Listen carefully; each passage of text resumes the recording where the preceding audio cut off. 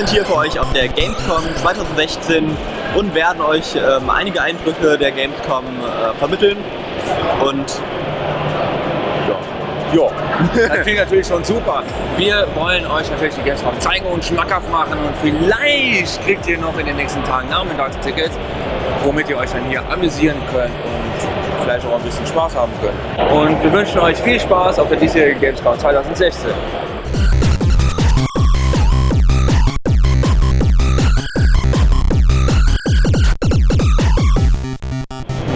So, wir sind jetzt hier bei Small Impact Games, die uns ein schönes Spiel gezeigt haben, und zwar The Black Death. So, your name is? Kaiser James. You? Kaiser Cameron. So, those two guys will now explain a little bit what the game is about. I think we start with you. Sure. Yeah. So, The Black Death is a medieval survival game set in Western Europe during the 14th century when the plagues were running rampant. And basically, we're a survival game where you take on the role of different professions of that time. And can we give you a rundown of some of the professions? So like every profession has like a unique ability to encourage players to cooperate with each other. Essentially the peasant can farm, plant crops, grow them, cut them down. The merchants are crafting specialists, so you can turn anything into something of extremely value. Because we have an economy system in our game, so everything costs something. So if you want to make a living, you can sell, build tools and sell them to peasants, for instance, they can work in fields. We also have the militia profession, which is your hardcore combat kind of profession. You can combat kek, he has better damage with certain weapons and things like that. So these professions ideally are meant to bounce off each other to either complement or fight or work together, that kind of deal. So that's kind of the base core of the game. Medieval England professions and also economy system.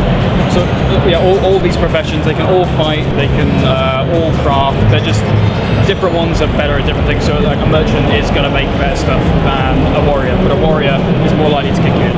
That's the basic download. So what makes this game really, really unique? I like to think it's the role-playing aspect that comes from the professions.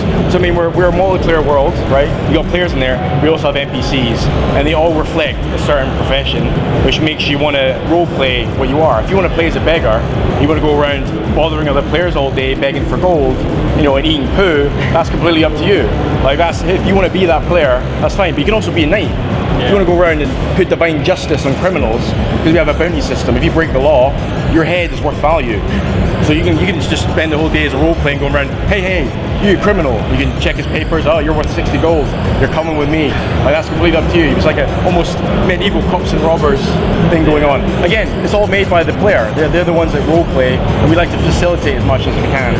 For example, so we have PvP playing, you can fight other players and it's a big part of the game, but we also wanted to support players who don't necessarily want to fight all the time. So we have, like Aaron said, there's an economy, so you can go up to an NPC merchant, you can sell your stuff, and then you have money. So for example, the merchant will earn money that way and that's how they can get stuff, they can get a living, make a living in the game. Yeah, buying houses is great as well, obviously. That's one of the end games we have. Houses are quite expensive. You can buy a house that looks a little bit like a bakery. I'm going to be a baker, that's my thing. I'm a peasant, I'm going to start making bread rolls. I make the best bread rolls in town, and I'm going to sell them at a high price. That's completely up to you, that's Victorian. You said that you could be a beggar and eating poo. Is it really possible to eat poo? You can eat rotten bread rolls, they're just laying on the ground. You can eat it and you get infected from it, the Black Death. You can't actually eat poo, it's not a feature. You can eat things that are on the floor. Yeah. Because I was just thinking about buying a bakery and then selling poop bread. Oh yeah, you can do that, you can sell rotten bread. I mean, you should put that in the game, that I can sell poop which looks like bread. You can mix the two together. Yes, poop bread. Why not? It's a good idea, no? If you eat rotten stuff in the game, you're going to get sick as well, and there's a chance you can spread that to others. You can, while we were developing, we sort of iterate our design, and we made the infection too strong, and people could pass it on to each other too easily. So you just get people chasing other people down through throwing up on their back. They're running away and passing it like that. But the new system that we got that we showed is you'll sneeze, you can get headaches, which will make you learn slower. You'll start vomiting, which will make you more hungry all the time because you're throwing up all the stuff you need. We're trying to really add sort of like a dynamic, sickness thing to it. So there's a lot of different stuff, and of course we're going to have the bubonic and the pneumonic plague in there as well, which the hardcore ones, the Black Death, like that. So for what systems will it be available, or is it available? Currently it's available on Steam in early access. We're looking for a good another 6 months or so for development time. Other platforms unconfirmed. Can't really talk about that right now. But yeah, Steam right now. Steam's the way to go. I was thinking also about the Mac version or only PC. The Mac title? Yeah, for Macintosh. Oh, so Macintosh. Yes, Mac computers. Currently just Steam PC. PC, right, from the PC for now. We're kind of looking at it and trying to see the difficulties right now, but yeah. Nothing for certain. Nothing for certain. We want to make sure this one's really nice and stable and good, and like we've ironed out everything, and then we'll start spreading it and stuff. So you have something really exclusive to tell us, maybe that nobody else should know, but just only our viewers and only your viewers. Yeah, it's only our viewers. Well, it's my birthday in 2 days. Nobody knows that. Yeah. So okay, that's nice. But about the game, maybe. Yeah. So we're actually showing 2 new professions here at Gamescom, and it's something that we haven't actually started marketing yet. And it is you can become a knight or an outlaw, and these guys are actually opposites. So the outlaw can go around and steal from people's bags, where the knight can examine a player and see how much bounty they have, how much laws they've broken, and actually punish the player. So that's actually exclusive to this event, and it's a new profession that we're playing with. Yeah, so there you go, it's a secret. It's good. Thank you then, and well, I hope you have fun at Gamescom. thank you. Thank you very much. You too. Cheers.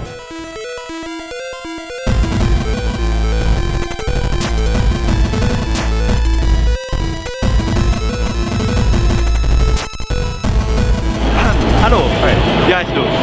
Ich bin Jörg und aktiv hier unter dem Namen Tronimel. Okay, fangen wir erstmal an. Wie hast du denn angefangen damit? Wie bist du auf die Idee gekommen? Du meinst jetzt diese Gameboy-Musikgeschichte? Genau. Ja, ich habe lange schon mit alten Synthesizern und Samplern und so Musik gemacht. Und da hat tatsächlich ein Kumpel davon erzählt, dass es das gibt. Ich habe das auch erstmal nicht ganz ernst genommen oder geglaubt.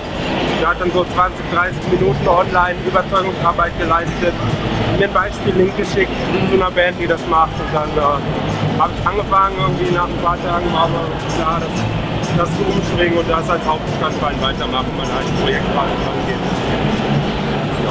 Genau. Wie funktioniert das denn generell? Oh, wenn ich das jetzt erkläre im Detail, dann sind wir so 3, 4 Stunden dran, tatsächlich.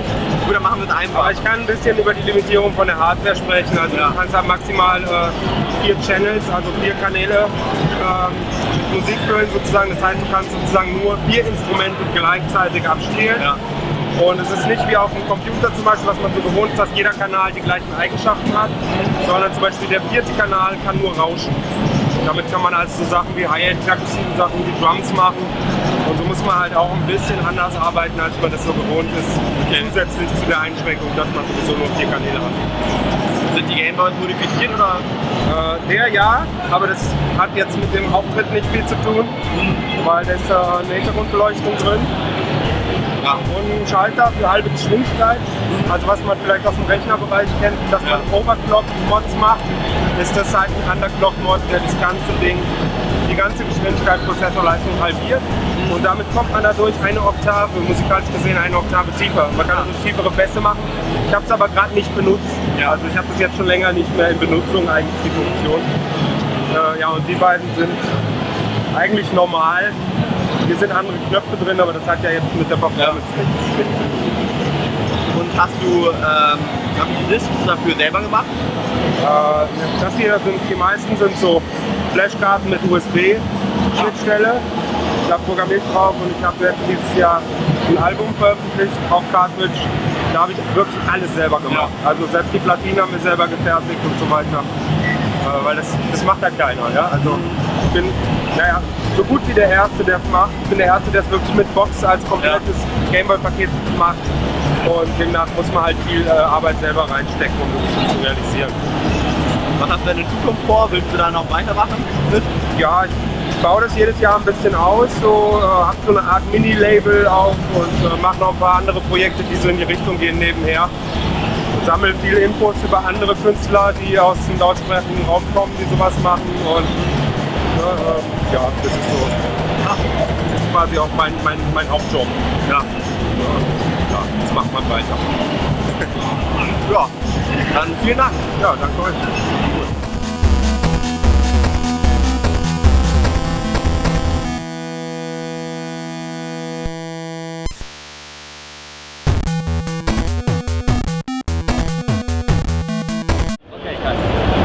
Ich bin hier das erste Mal der Gamescom und ich habe mich schon sehr darauf gefreut.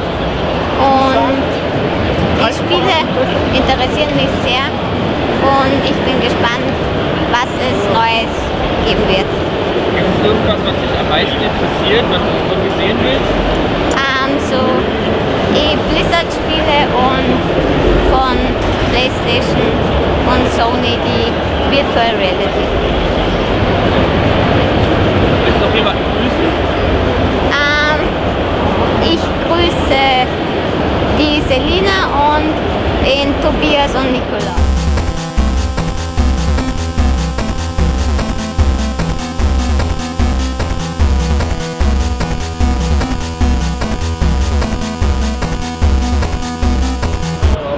So, das war der Pressetag von der Gamescom 2016 und mir hat es einigermaßen gefallen. Es gibt aber ein bisschen was zu bemängeln hier.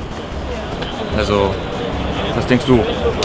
Ja, also insgesamt war es eigentlich ganz schön, aber es gab halt trotzdem immer wieder Probleme, dass man nicht filmen durfte, auch wenn man irgendwelche Spiele eigentlich anspielen durfte, aber man durfte es trotzdem nicht filmen.